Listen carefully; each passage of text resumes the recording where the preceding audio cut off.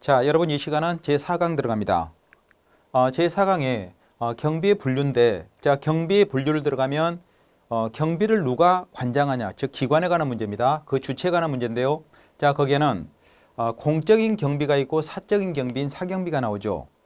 공경비는 통상적으로 경찰이라든가 이런 기관에서 하는 거예요. 자, 그래서 대통령 경호처나 경찰, 검찰, 교정기관, 인원기관 등이 국가 공권력을 집행을 하는 기관이죠. 그래서 이런 말이 이렇게 나와요. 뭐 범죄를 예방 경계한다든가 뭐 진압한다든가 이런 게 나오고요. 그렇지만 민간 경비는 고객이에요. 고객의 생명, 신체, 재산을 보호하기 위한 보수를 지급한다 그랬거든요.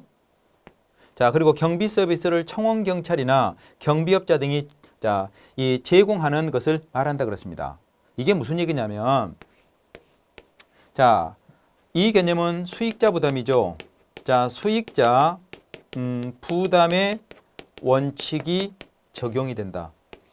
자, 수익자 부담의 원칙이 적용이 된다는 얘기는 이득을 보는 사람이 경비를 충당해야 되는 거고, 자, 공적인 경비는 이것은 경제재입니다. 이것은 경제재가 아니에요. 이건 공경비란 말이죠. 그래서 균등하게 서비스가 제공되지만 여기는 뭐가 돼? 차등 서비스가 제공이 된다는 얘기죠. 그래서 차등 서비스가 제공이 된다는 얘기는 수익자 부담 원칙이 적용된다. 이렇게 보시면 됩니다. 자, 그럼 이제 계속 갑니다. 공경비와 사경비 개념을 이제 구체적으로 표현하고 있는데, 공경비예요. 불특정 일반인 그랬거든요. 그러니까 대한민국이라면 대한민국 모든 국민에게 균등한 서비스를 제공할 수 있는 게 공경비가 되는 거고, 사경비는 수익자 부담 원칙이 적용이 되기 때문에 고용을 하는 사람만 서비스를 받는 거지 모든 사람이 서비스를 제공받는 게 아니라는 겁니다. 그래서 불특정 일반 국민, 즉 시민이 공익, 사익을 보호하는 공익성이 추구되는 거고, 자, 사경비, 즉 민간경비는 특정 의뢰인, 그러니까 의뢰한 사람이 있다고 그랬죠. 특정 의뢰인이 계약에 의해서 서비스를 제공받는 거죠. 그래서 영리성이 추구된다. 즉 수익자 부담 원칙 때문에 그렇다. 자, 역할과 기능을 들어가면 공경비는 법을 집행을 해요. 그래서 범인을 체포할 수도 있고 수사할 수도 있고 조사할 수도 있죠. 그러나 사경비는 예방하는 겁니다. 보호하는 거예요. 인원 업무만 하는 거지 직접적으로 범인을 체포한다든가 수사한다든가 이런 것을 할 수가 있다 없다? 없다. 그래서 이 그림을 다시 보면 범인을 체포하고 수사하고 조사하는 것은 공경비에만 적용이 되는 거지 사경비에는 적용이 될 수가 없다. 숙지하시 바랍니다. 그 다음에 서비스의 범위인데 공경비는 포괄적이에요. 왜? 공공재니까. 그러나 사경비는 특정에 한정된다는 것은 경제재란 얘기죠. 즉 이 말이 지금 이렇게 전개되는 거예요. 수익자 부담 원칙을 설명하고 있다고요. 그 다음 업무의 주체를 보면 공경비는 정부입니다. 자, 정부 개념이 되기 때문에 뭐 국가정보원이 될 수도 있고 검찰이 될 수도 있고 경찰이 될 수도 있고 다 될 수 있겠죠. 그러나 사경비는 법인이에요. 사경 법인입니다. 그리고 공권력 작용인데 강제력이 포함이 된 통치권 개념이 됐죠. 그러니까 경찰권을 발동을 하게 되지만 여기서 민간경비는 강제력 사용이 제약된다 그랬죠. 즉 제약이 되기 때문에 범인을 체포할 수도 없고 범인을 수사할 수도 없다. 지금 이 얘기예요. 자, 그런데 여기서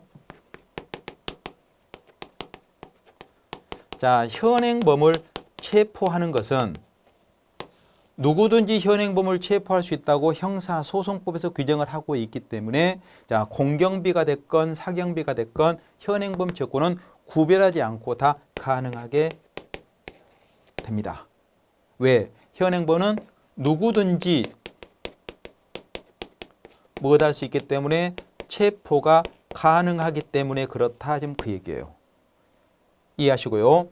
그러면 공통점을 보면 공경비와 사경비는 범죄를 예방하고 범죄 감소시키고 그리고 그로 인해서 질서를 유지하며 그 다음에 위험을 방지하고 재산을 보호한다는 것은 즉 공통적 개념이 된다. 지금 이 얘기입니다. 자, 공통적 개념이 되는 것 이것을 반드시 숙지하시기 바라요. 그리고 공경비와 사경비 개념으로 갔을 때, 자, 둘 다 폐쇄성과 보완성입니다. 자, 폐쇄성, 보완성, 기동성 이 세 가지는 공경비가 되건 사경비가 되건 이거 불문하고 자 공통적인 개념이 된다. 이 개념도 여러분 숙지하시기 바랍니다. 좀 기입해 놓으세요. 폐쇄성, 보완성, 기동성 이런 개념은 자 둘 다 가능하게 된다. 쭉 봐놓으시기 바래요. 자, 그런 개념이 경우의 특성 개념으로 들어갈 수가 있다는 얘기입니다. 이게 지금 몇 페이지냐 그러면 21페이지에서 박스에서 지금 이걸 설명하고 있거든요. 그래서 이 박스 체제를 이렇게 보시면 됩니다. 여러분 이 공통점이 이것만 보지 마시고요. 무엇도 보셔야 된다고요? 이것도 보세요. 폐쇄성, 보완성, 기동성 이 세 가지도 자 공경비가 됐건 사경비가 됐건 공통적으로 인정하게 된다. 왜? 그 특수성 때문에. 그렇죠. 경우의 특수성 때문에 인정하고 있다는 거. 그 다음에 두 번째 개념으로 가면 자 계속 갑니다.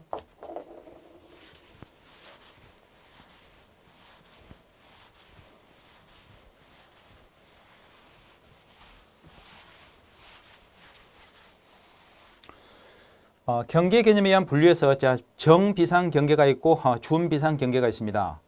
자, 국가의 중요 행사를 전후한 일정한 기간이나 비상사태 발생 징후가 예견이 되거나 농후할 때 고도의 경계가 필요할 때 실시하는 경계가 정비상 경계가 되고요.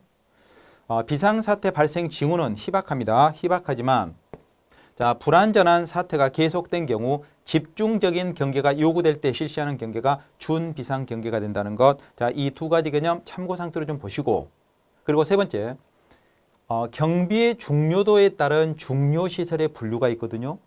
자, 거기에 보니까 형식적 분류가 있고요.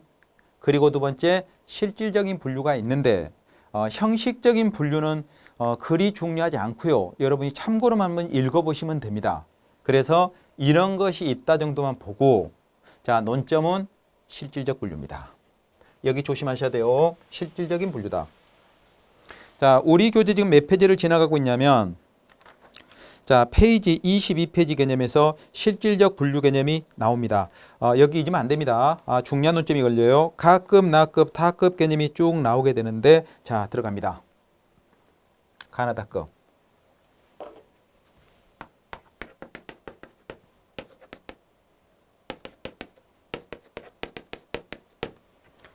첫째, 가급을 들어가니까 적에 의해서 점령 또는 파괴가 되거나 기능이 마비됐을 때 광범위한 지역의 통합적 작전 수행이 요구되고 국민 생활에 결정적인 영향을 미친다. 결정적인 영향. 두 번째, 적에 의해서 점령 파괴되거나 기능이 마비됐을 때 일부 지역의 통합 방위 작전이 요구되고 국민 생활에 중대한 영향을 미친다. 중대한 영향. 그 다음에 세 번째, 적에 의해 점령 파괴되거나 기능이 마비됐을 때 제한된 지역의 단기간 통합 작전 수행이 요구되어 국민 생활에 상당한 영향을 미친다. 자, 이 세 가지 개념이 나오는데 이 세 가지를 반드시 봐야 됩니다. 가급은 국민 생활에 결정적인 영향이다.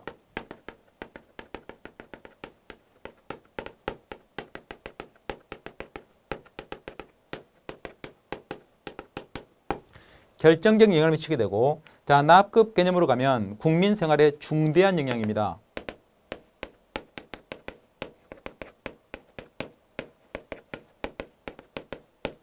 자, 타급 개념으로 가면 상당한 영향이죠.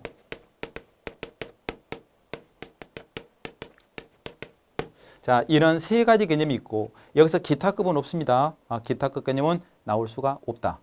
그러면 가급 개념에서 국민 생활에 결정적인 영향을 미친다 그랬는데 그게 도대체 뭐냐? 자, 결정적인 영향을 미친 것은 첫째, 입법, 사법, 행정이에요. 입법, 사법, 행정이다 이렇게 보게 되고 그 다음 국방부, 국가정보원.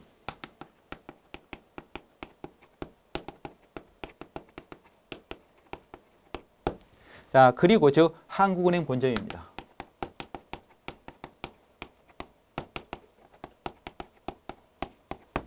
여기는 본점이지 지점 아닙니다, 여러분. 지점 아니에요. 그러면 입법 개념으로 간다는 얘기는 뭐가 되는 거고, 자, 이것은 대법원 개념이 이 국회의사당이 되는 거고, 국회의사당. 사법의 개념으로 간다는 얘기는 이 개념은 대법원 개념이 되는 거고요.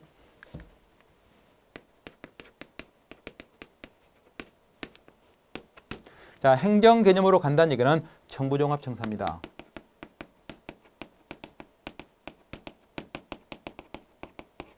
자, 이렇게 전개되거든요. 그러면 이런 것을 전반적으로 다 아우르는 게 있네요. 이걸 다 포함시킨 게 뭐가 있다? 그래요. 청와대입니다.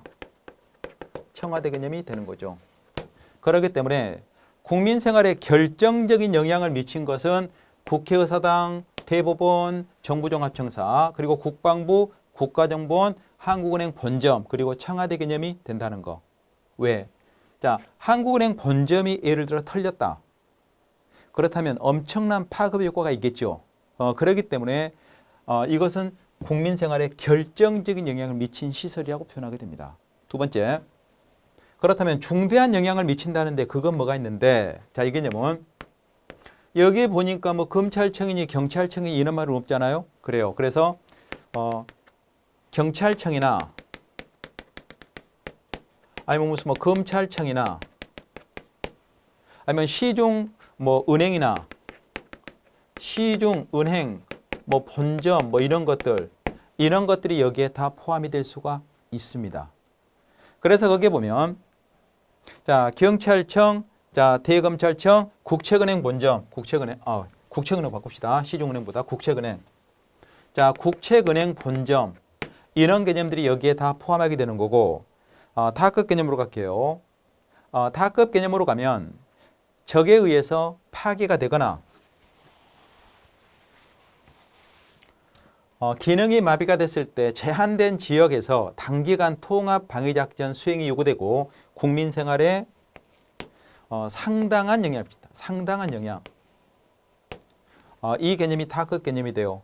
그래서 기타 중앙 행정기관의 독립청사, 뭐 조달청, 통계청, 산림청 이런 개념들이 여기에 다 포함이 될 수가 있습니다. 자, 그리고 국가정보원의 뭐 지부라든가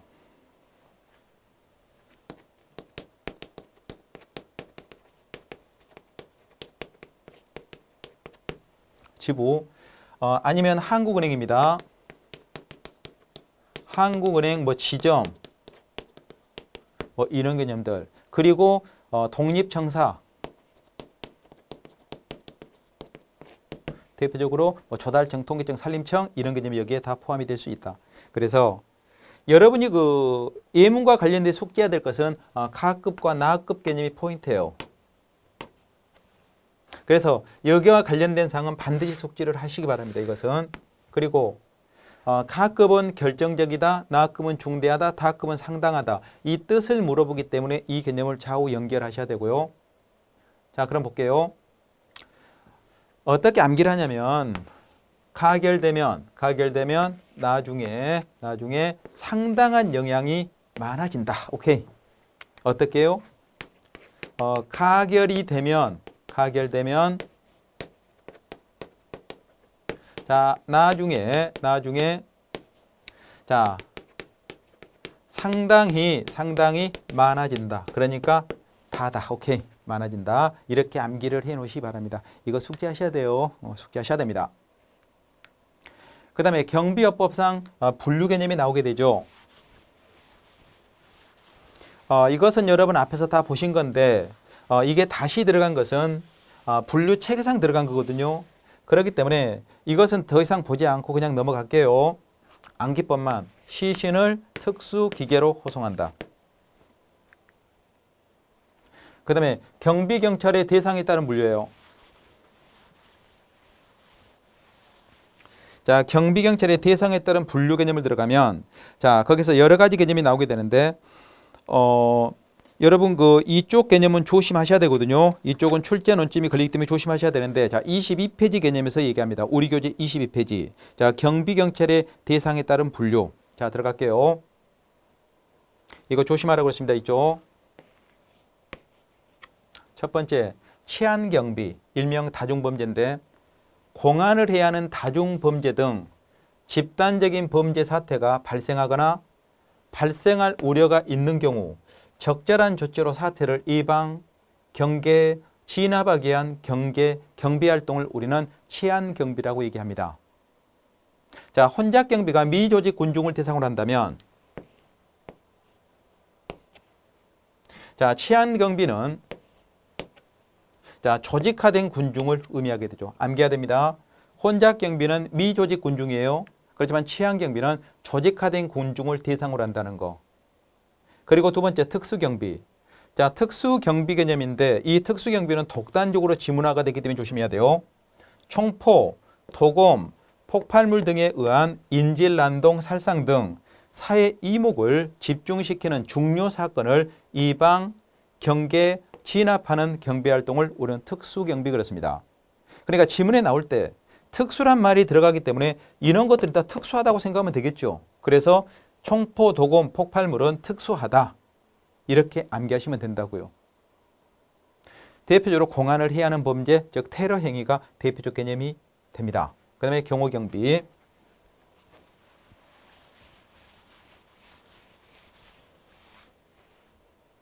자, 정부 요인을 암살하는 행위를 미연에 방지하죠. 즉 사전에 방지하고 피경호자의 신변을 보호하는 경비활동을 우리는 경호경비라고 얘기를 하고, 그다음에 중요시설은 쭉 보니까 국가에 중대한 영향을 미치는 국가산업시설 그랬거든요. 그러니까 공공기관이나 주산업이 되겠죠. 그리고 시설의 재산이나 문서에 대한 비인가자 접근입니다. 인가를 받지 않는 사람의 접근을 방지하고 간첩, 태업, 절도, 강도 등 기타 침해 행위에 대해 예방, 경계, 진압하는 경비활동을 우리는 중요시설경비라고 얘기를 하죠. 중요시설경비다. 그래서 그런 개념들을 여러분 잘 보시기 바랍니다. 중요시설경비. 중요시설경비는 국방부 장관이 정하는 겁니다. 누가 정한다고요? 국방부 장관.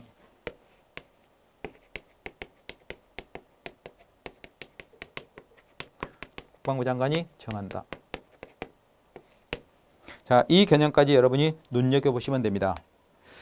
그 개념이 좀 23페이지 개념에서 전개가 되고 있다는 걸 쭉 좀 참고로 좀 보시면 돼요. 이거 중요한 얘기들이에요, 여러분. 이런 개념들. 비인가자의 접근을 방지하게 된다는 거. 그다음에 재해경비. 자연재해가 있는데 홍수, 화재, 태풍, 지진 등으로 인해서 발생할 위해를 사전에 예방, 경계, 진압함으로써 국민의 생명과 재산을 보호하고 공공질서를 유지하기 위한 경비활동을 얘기하게 됩니다. 얘기하게 된다는 거. 자, 이런 개념들. 그리고 자, 행사 안전경비. 기념행사, 경기대, 경축행사 등에 수반되는 미조직된 군중 그랬죠. 미조직된 군중이다. 군중에 의해서 발생하는 자연적 인위적인 혼란 상태를 경계, 예방, 진압하는 활동으로 예방하기 위한 경호 개념을 의미하게 됩니다. 이것을 행사 안전경비 그래요. 이걸 다른 말로 뭐라고? 혼잡경비다. 혼잡경비. 뜻 잊으면 안 돼요. 행사 안전경비, 일명 혼잡경비는 조직화된 군중이다. 미조직화된 군중이다. 미조직화된 군중을 의미하게 된다는 거. 그러죠? 미조직화된 군중이다. 쭉 참고로 보시면 되겠네요. 그래서 이게 지금 무슨 얘기냐면 1, 2, 3, 4는 개인적, 단체적 불법행위에 해당하게 되고 5, 6은 인위적, 자연적 혼잡죄에 해당한다 그랬죠? 그러니까 이런 개념들 참고로 한번 읽어보시면 돼요. 다시 한번. 여기서 치안경비, 즉 다중범죄인데 치안경비는 조직화된 군중 그랬죠? 그렇지만 혼잡경비는 미조직화된 군중이라는 거, 이 두 가지 반드시 보셔야 되고요. 자, 특수경비는 총포, 도검 개념으로 간다는 거. 그리고 경호경비가 있고 중요시설이 있는데, 자, 중요시설은 국방부 장관이 정하게 된다는 것. 그리고 재해경비는 자연적 재해와 인위적 재해로 분류할 수도 있다는 거. 그리고 행사 안전경비, 일명 혼잡경비는 미조직화된 군중이 자, 행해지게 된다는 거. 그 다음 경비경찰의 수단이에요.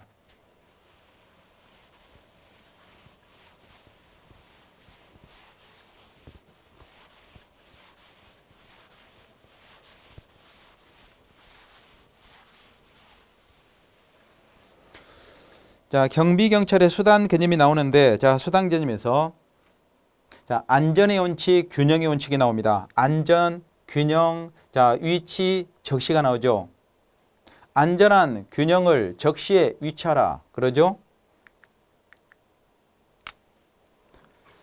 안전한 균형을 자, 적시에 위치하세요. 위치시키세요. 이렇게 암기하세요. 안전한 균형을 적시에 위치하라.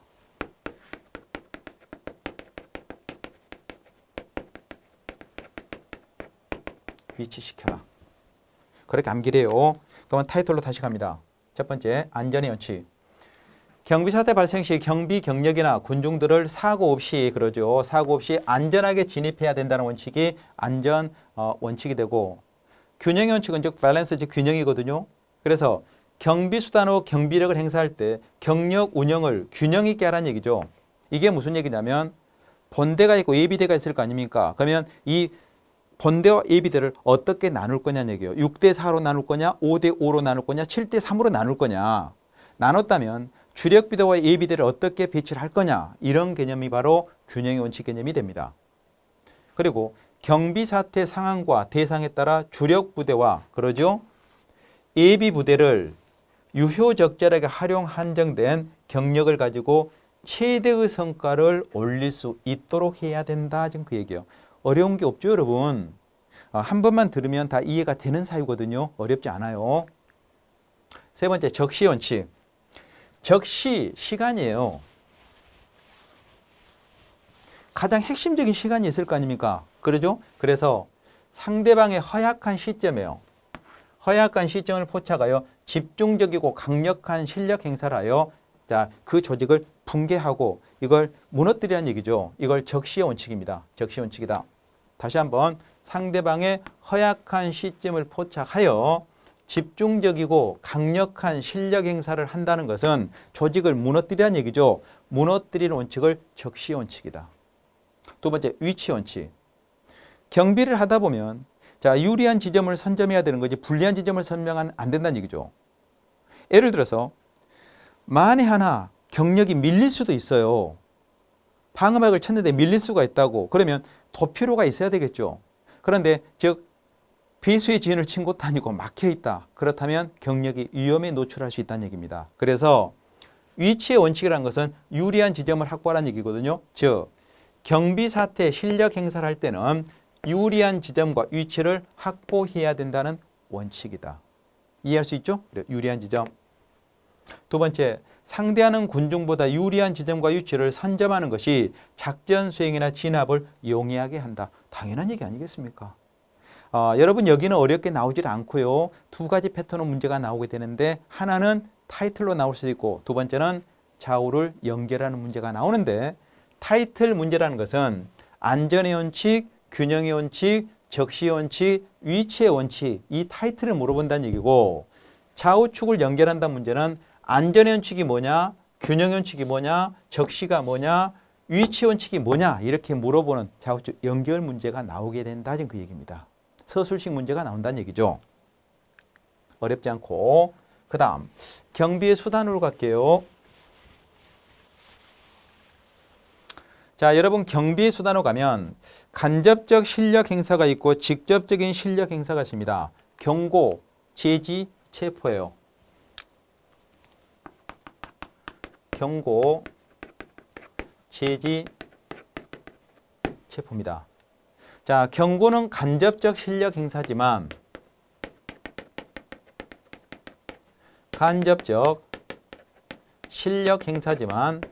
제지와 체포는 직접적인 실력 행사가 된다. 지금 이 얘기입니다.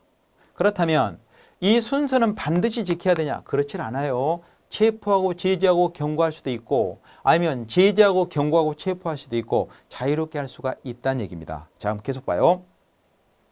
경고는 경직법입니다. 경찰관 직무집행법. 경직법 제5조에 근거하고 간접적인 실력 행사를 하는데 경고는 어떠한 행위를 촉구하는 사실상의 통지행위며 알려준 행위며 임의처분이다. 즉 임의처분 개념이 된다는 얘기는 간접적으로 한다는 얘기고 그다음에 경비부대를 상대 집단의 전면에 배치 또는 진출시켜 유력을 가시하거나 경고를 발해 상대방으로 하여금 심리적 압박 자, 범죄 실행의 의사를 자발적으로 뭐다고 하도록 포기하도록 하는 간접적인 실력 행사다 지금 이 얘기죠. 이게 바로 경고입니다. 해산해라. 안 하면 이 막대한 경력으로 밀어붙이겠다. 뭐 이런 의사 표현이 된다는 얘기죠. 두 번째, 제지하고 체포하는 거예요. 이것도 다 경직법입니다. 근거법 경직법이에요. 자, 제지를 한다는 얘기는 실력을 행사를 하는 거죠. 실력 행사가 있습니다. 그래서 대인적 즉시강제에 해당하는 강제처분이다 그랬습니다. 대인적 즉시강제다. 사람을 대상으로 한 즉시강제이다. 그러므로 의무를 이행하지 않았다. 불이행을 전제로 하는 행정상 강제집행과 구별하게 된다는 얘기죠. 체포, 이것도 형사소송법이에요. 그러니까 여러분 보면 경고와 제지는 근거가 뭡니까? 경직법이에요. 경직법의 근거를 뒀거든요. 그러나 체포는 뭐가 있다? 형사소송법이다. 형사소송법의 그 근거를 찾을 수가 있죠. 그래서 직접적 실력 행사 개념인데 체포는 상대방의 신체를 구속합니다. 신체 구속하는 강제처분이고 직접 실력 행사가 됩니다. 쭉 보면 돼요. 그리고 형사소송법에 의한 범인의 신병확보 수단으로서 현행범 체포가 그이다. 그렇죠. 현행범 체포, 현행범. 현행범은 범죄의 실행 중이나 실행 직후인 사람을 현행범 그렇습니다. 다시 한번 범죄가 실행이 되고 있거나 아니면 바로 끝난 시점. 예를 들어 사람을 칼로 가격했다면 찌르고 있는 시점. 아니면 칼을 뺐는데 피가 뚝뚝 떨어지고 있는 시점. 그러면 누가 보더라도 그 칼로 가격을 했다는 것이 보이는 거죠. 이런 것을 현행범이라고 얘기합니다. 준현행범은 그게 좀 달라요. 뭐 옷에 피가 묻어 있다든가 너 누구냐 그러니까 도망가려고 한다든가 뭐 이런 개념이 준현행범 개념이 되죠. 준현행범. 자, 그러면 경비수단을 통한 실력 행사 시에 정해진 순서는 없다고 그랬습니다. 순서는 없다. 그래서 반드시 경고, 제지, 체포 순으로 할 필요는 없다. 조심하세요. 순간적으로 논점을 놔버릴 수 있거든요. 다시 한번. 경고, 제지, 체포 이런 순서로 반드시 해야 되냐? 그렇진 않는다고 그랬습니다. 체포하고 제지하고 경고할 수도 있고 제지, 경고, 체포할 수도 있고 체포, 경고, 제지할 수도 있고 자유롭게 할 수 있다. 자유롭게 할 수 있다. 그 다음 경비경찰의 특징입니다. 경비경찰의 특징. 자, 경비경찰의 특징인데 이 개념도 굉장히 중요하기 때문에 여기 잊으시면 안 돼요. 자, 들어갑니다. 복합기능적 활동, 현상 유지적 활동, 적응적 활동, 조직적 부대 활동, 하향 명령 활동, 사회 전반 안녕 목적의 활동. 자, 이런 거로 이렇게 전개가 되고 있는데 자, 앞으로 다시 갈게요. 자, 첫째. 복합 기능적 활동이다.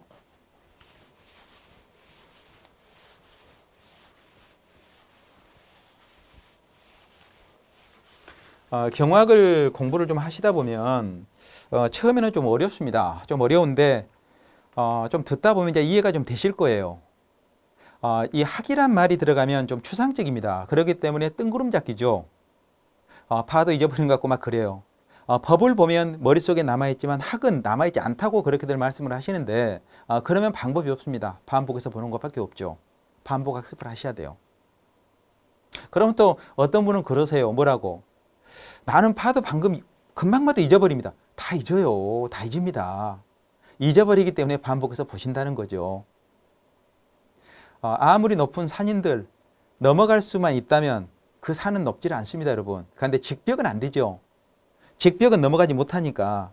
근데 산이에요. 경화학은 산입니다. 넘어갈 수 있어요. 조금 더디게 넘어갈 뿐이지. 그래서 포기하지 마시고 꼭 하시 바랍니다. 그러죠? 여러분이 경비업법에서 고득점 하시고 경화학에서 뭐 하나, 두 개 정도 틀리시면 학교 가는데 전혀 문제 없어요. 그리고 경화학은 교과서 외적인 문제가 하나에서 두 문제 정도 나오기 때문에 그것까지 잡으려고 하지 마시고요. 그것은 버리신다고 생각하시고 보시면 좀 편하게 학습하실 수 있습니다. 함께 가시게요. 함께 가시다 보면 뭐 도착하지 않겠습니까? 또 갈게요. 자, 경비경찰의 특징입니다. 자, 복합 기능적 활동이에요. 경비경찰은 예방과 진압을 아울러 수행한다. 그렇죠. 예방할 수도 있고 진압할 수도 있다. 예방이란 것은 사전적 개념이 된다는 얘기고 진압이란 얘기는 사후적인 개념이 된다는 그 얘기죠. 두 번째, 경비경찰은 사후 진압적 측면보다는 사전 예방적 측면이 강조된다. 그렇죠. 여러분 그 법익이 침해되는 것보다 침해되기 전이 더 부호가치가 있는 게 아니겠습니까? 예를 들어 사람을 죽였다고 그래요. 죽어버린 사람 어떻게 할 거야? 범인 자분들 살릴 수가 없는데. 그래서 죽기 전에 보호하는 게 더 우선적이라는 얘기입니다. 여기도 마찬가지라는 얘기예요. 즉 일단 무너진 질서를 회복하는 데 많은 비용과 어려움이 따르기 때문에 위험한 사태 발생을 미연에 방지하기 위한 예방적인 활동에 비중을 둘 필요가 있다. 그러고요. 경비경찰은 경비 사태가 발생을 하거나 발생할 우려가 있을 때 이를 예방, 경계, 진압하는 활동을 우리는 경비경찰 그렇습니다. 경비경찰이다. 그래서 이걸 복합 기능적 활동 그랬고요. 두 번째 현상 유지적 활동이다. 여러분 현상 유지적 활동이라는 것은 움직이지 않는 게 현상이 아니라 변화하는 것이 같이 변해 주는 게 현상이 유지된다고 볼 수가 있죠. 제 말 이해되시죠? 그래요. 자 봅니다. 경비 활동은 기본적으로 현재의 질서 상태를 보존한 것에 중점을 둔데 따라서 정태적이고 소극적인 질서 유지가 아니에요. 정태적이고 소극적 개념이 아니라 동태적이고 적극적인 의미의 질서 유지가 돼야 된다고요. 이 지문 꼭 기억하세요. 현상 유지적 활동이란 것은 자, 정태적이다. 아니면 소극적이다. 두 번째, 자, 동태적이다. 아니면 적극적이다. 지금 이렇게 나왔다고 봅시다. 그러면 여기서 이쪽으로 가야 되는 것이 이쪽으로 가면 안 된다고요. 자, 그럼 이렇게 봅시다, 여러분. 동, 적, 현상. 암기할 수 있겠습니까? 다시 한번. 동, 적, 현상이라고요. 암기하세요. 동적 현상. 다음에 적응적 활동. 적응적 활동. 여러분 타이틀에 그 내용이 다 내포가 되어 있다 보시면 되는데 첫째 적응적 활동이라는 것은 경비 상황이 발생할 경우 국가적 사회적으로 중대한 영향을 미치기 때문에 경비 활동의 적극적 조기 진압이 요구된다. 어떠한 위험한 사태가 발생이 되면 즉각 바로바로 투입해서 그 사건을 해결하는 얘기죠. 이게 바로 적응적 활동입니다. 즉 경비경찰 활동은 특정한 기한이 없이 포인트예요. 특정 기한 없이 그러한 사태가 종료될 때 동시에 해당 업무도 종료됩니다. 그러죠? 어떠한 사태가 끝나면 당연히 거기에 대한 해당 업무도 끝내야 되는 거죠. 계속 유지할 이유가 없다는 얘기죠. 그래서 적응적입니다. 적응적. 그리고 비상사태 시 상급기관에 보고하는 필요하다고 판단될 때 자, 접수된 상황 그대로 제1보하고 자, 상황이 진전됨에 따라서 제2보, 제3보 순으로 보고하게 된다. 제1보라는 것은 사건이 발생됐을 때 바로바로 즉각적으로 알리는 게 제1보고 2보는 그 순차적으로 발생되는 것을 알리는 게 제2보, 제3보라고 얘기하게 됩니다. 조직적 부대 활동이다. 자, 여기도 좀 보셔야 되는데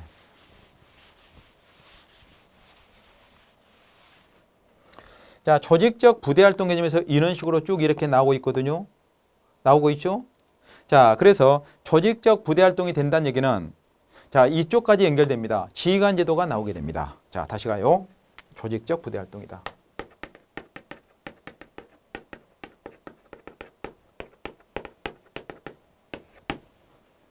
자, 부대 활동 개념이 된다는 얘기는 한 사람에 국한된 게 아니라 여러 사람이 있을 수 있다는 얘기죠. 그래서 여기서 뭐가 나온다? 자, 지휘관이 나와, 지휘관. 지휘관이 나오면 두 번째 누가 있을까요? 당연히 부하가 있겠죠. 그러면 지휘관은 부하에게 명령할 수 있나고 물어본다면 명령이 돼요. 즉 상명 하복 개념이 이렇게 됩니다. 이렇게 돼요. 그러면 여기서 지금 무슨 말씀을 드리려고 하냐면 이것 때문에 그래요. 지휘관이 명령하는데 부하가 그 명령을 어길 수 있을까요? 그렇죠. 어길 수 없죠. 그래서 부하는 재량성이 있다 없다? 없다. 재량의 범위가 축소되는 거지 확대되는 개념이 아니다. 지금 그걸 의미하게 됩니다. 자, 계속 봅니다. 그래서 조직적 부대 활동으로 가면 경비경찰은 경비 사태가 발생할 때 조직적이고 자, 집단적인 대응이 요구가 되며 조직적 부대 활동에 집중을 둔 체계적인 부대 편성, 관리 및 운영이 필요하다 그랬고 두 번째, 하향적 명령으로 갑니다. 계속 같이 연결되는 거예요.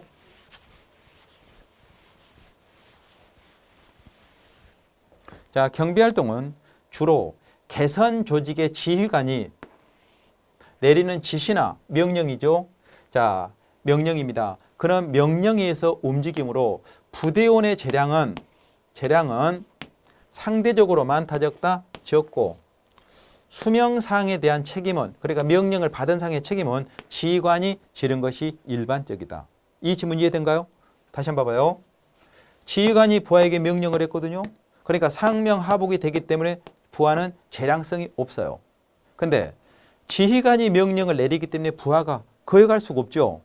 그래서 명령 부분에서 문제가 발생이 됐다면 이 발생된 문제는 누가 책임을 져야 된다고요? 지휘관이 이것은 책임은 져야 된다. 이 얘기라고요.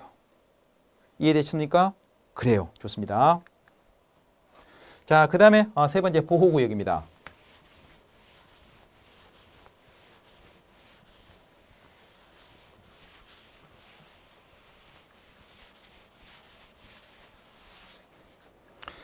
자, 보호구역 개념으로 가는데 여러분 24페이지 개념이에요. 자, 24페이지 개념을 의미하게 됩니다. 첫째, 제한지역, 제한구역, 통제구역. 제한지역, 제한지역, 제한구역, 통제구역입니다. 통제구역. 그래서 여기는 통제지역이에요. 통제지역은 없습니다. 통제지역은 없다. 일단 이 개념을 숙지하셔야 돼요. 아주 기본적인 문제, 유치한 문제가 나오죠.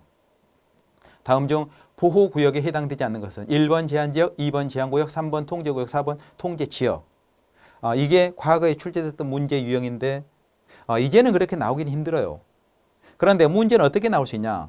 하나의 지문으로 풀 수는 있겠죠. 자, 보호지역은 제한지역, 제한구역, 통제구역, 통제지역으로 구성이 되어 있다. 하나의 지문. X 틀렸다는 얘기죠. 왜?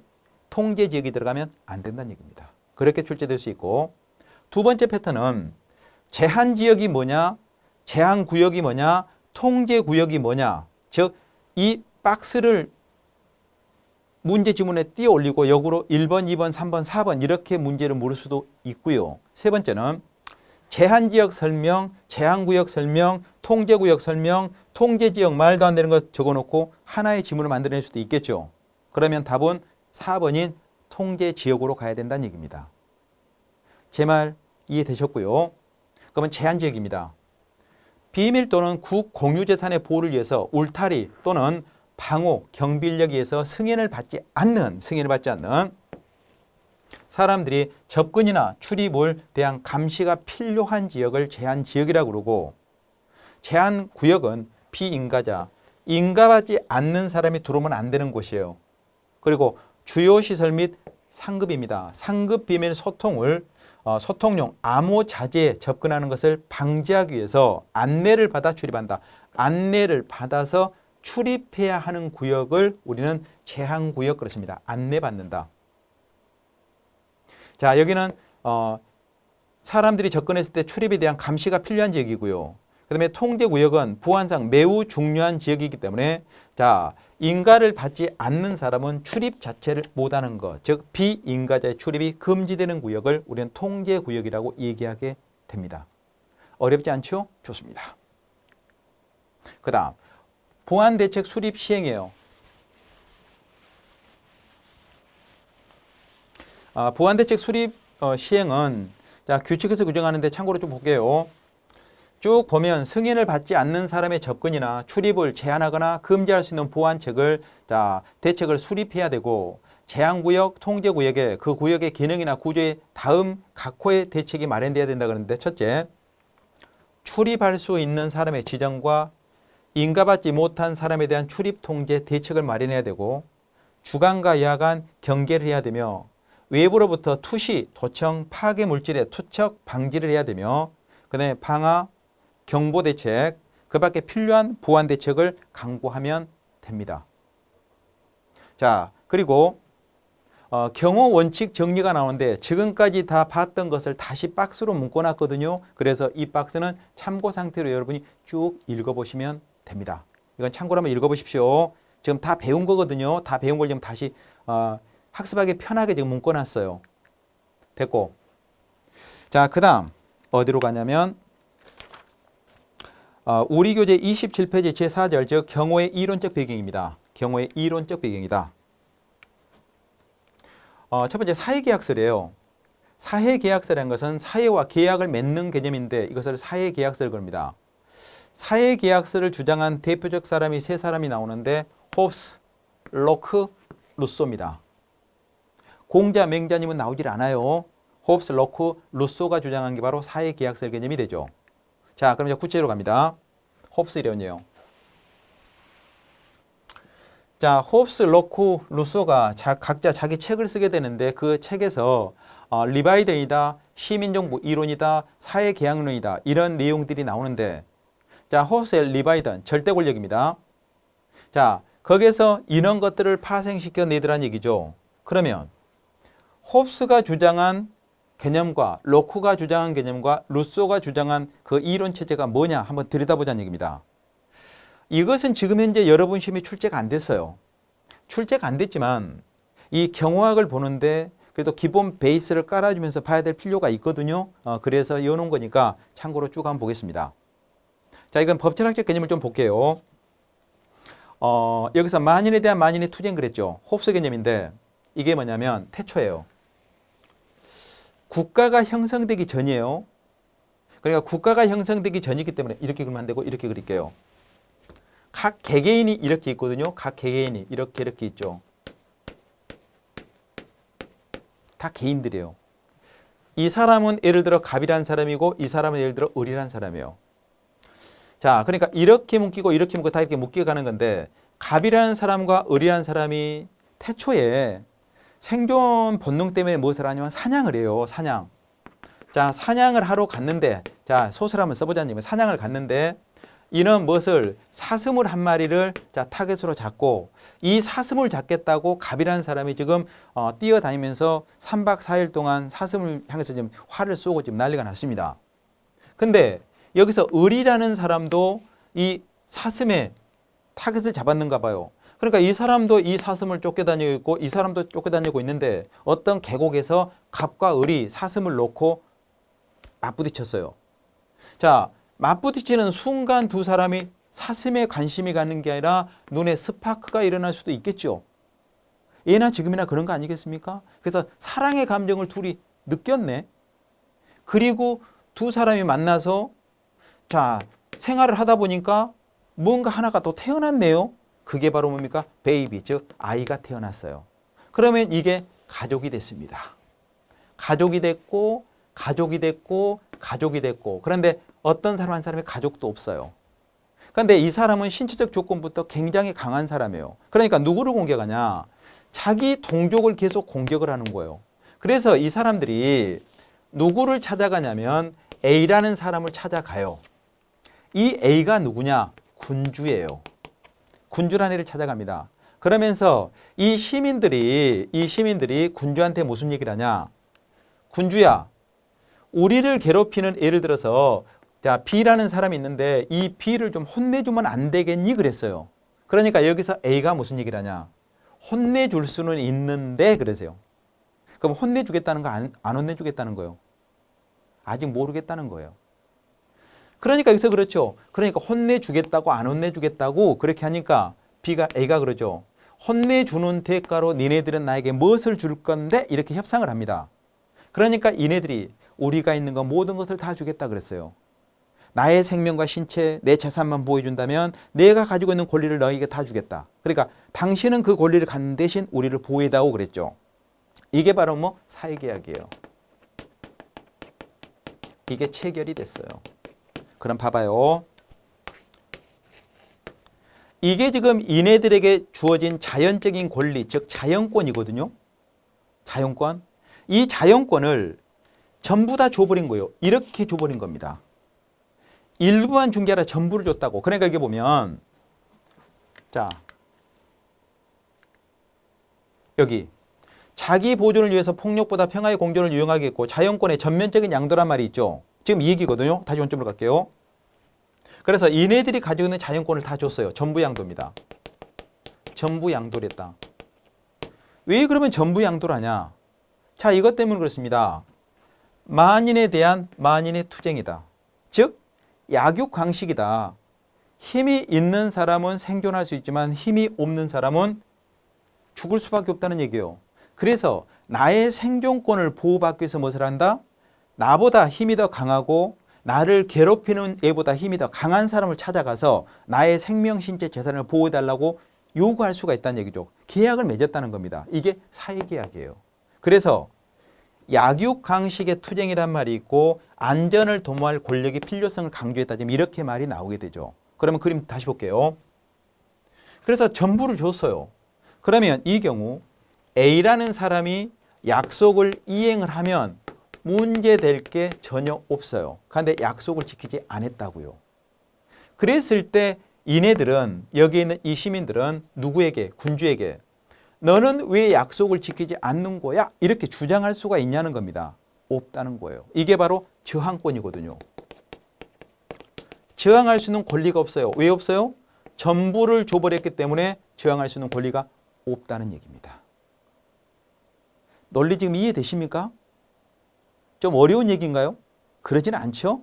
이해가 될 겁니다. 그러면 홉스 걸 먼저 좀 볼게요. 여기까지 다 봤으니까. 그래서 자기 보존을 위해서 폭력보다 평화의 공존이 더 유용했고 자연권의 전면적 양도를 했고 개인은 자연권을 포기하게 됐다. 왜? 전부 줬으니까.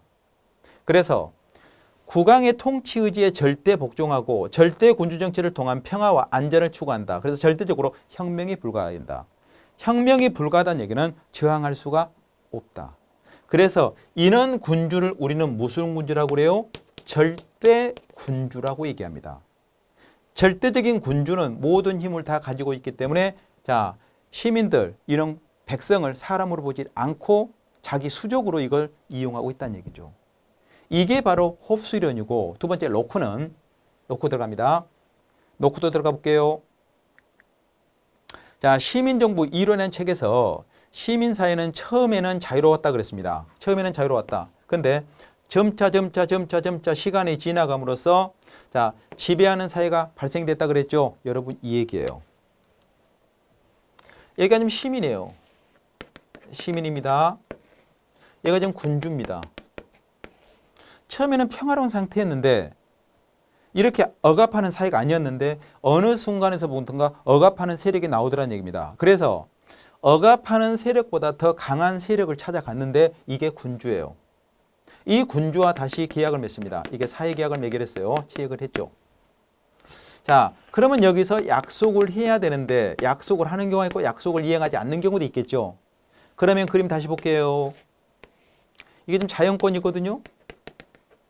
이 자연권인데 여기는 전부를 줘버렸기 때문에 저항을 못했어요.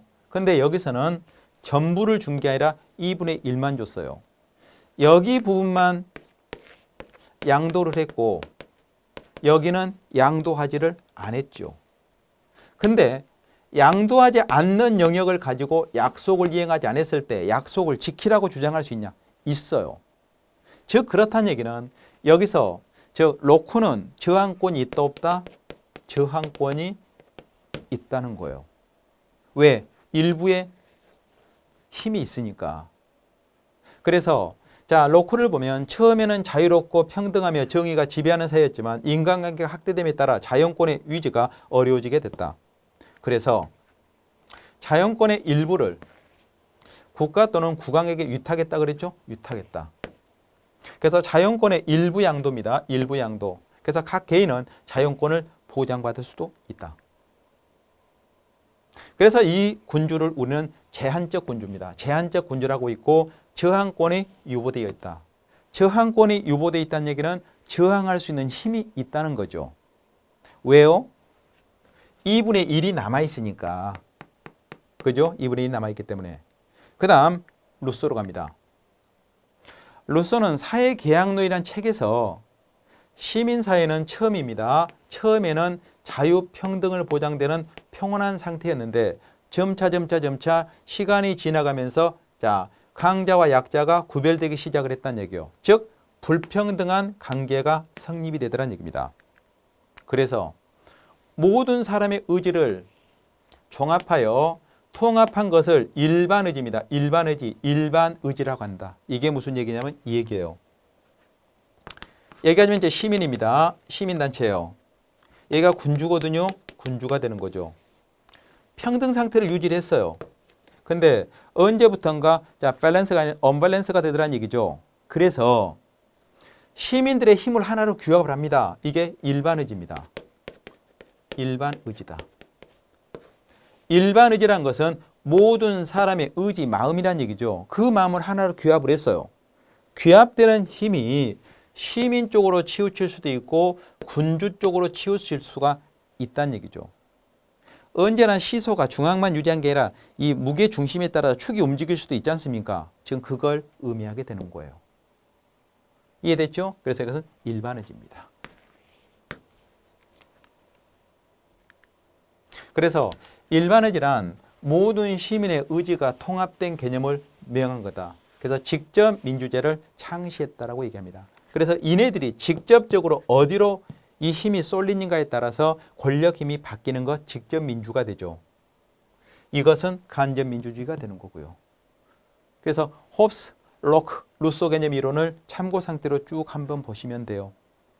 정 이해를 못 하시겠다면 이런 거 이따 정도는 가겠지만 지금 인원 정도 설명을 드리면 여러분이 다 이해할 수 있을 겁니다. 그래서 한 번쯤은 법철학적 논점에서 한번 이해를 한번 해보면 고맙겠습니다. 이게 기본 베이스를 깔아줄 수 있기 때문에 그래요. 그 다음 자 매슬로의 욕구 단계 이론이 나오는데 자 매슬로의 욕구 단계 이론은 잠시 쉬었다가 계속하도록 하겠습니다. 고생했습니다.